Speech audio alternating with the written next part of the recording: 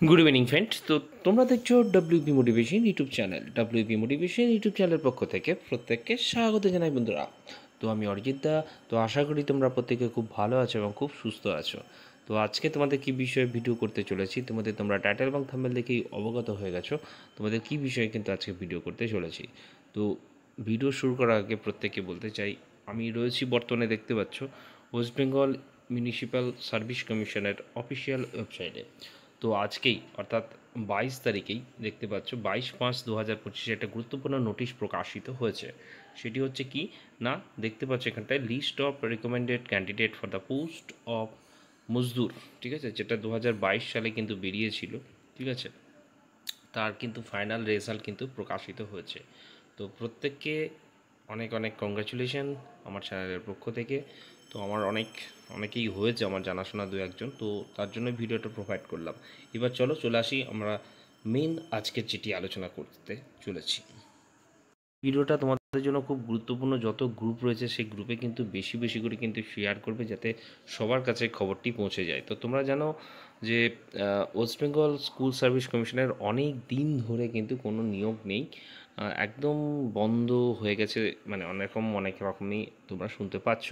তো রিসেন্টলি একটা আপডেট উঠে এসেছে, তোমাদের কিন্তু নতুন একটা বিজ্ঞপ্তি আসতে চলেছে, ঠিক আছে। সেটা তোমাদের আজকে আমি আলোচনা করতে চলেছি। সেটি হচ্ছে গ্রুপ সি এবং গ্রুপ ডি। তো যেটা লাস্ট 2016 সালে সম্ভবত রিক্রুটমেন্টটা হয়েছিল, তো আবারও নতুন রিক্রুটমেন্ট আসতে চলেছে, ঠিক আছে। অর্থাৎ এখানে কারা আবেদন করতে পারে এটুকুই মেন জানার তোমাদের। তো বলে রাখি, এটাতে যারা ওই পুরনো নোটিফিকেশন অ্যাপ্লিকেশন করেছিলেন এবং নতুন করেও কিন্তু এটাতে অ্যাপ্লিকেশন, অর্থাৎ এক কথায় বলতে গেলে প্রত্যেকেই এটাতে কিন্তু আবেদন করতে পারবে, ঠিক আছে। গ্রুপ ডির জন্য 8 পাস যোগ্যতা হয়তো প্রয়োজন, ঠিক আছে, যেটা গত নোটিফিকেশনে ছিল, ঠিক আছে।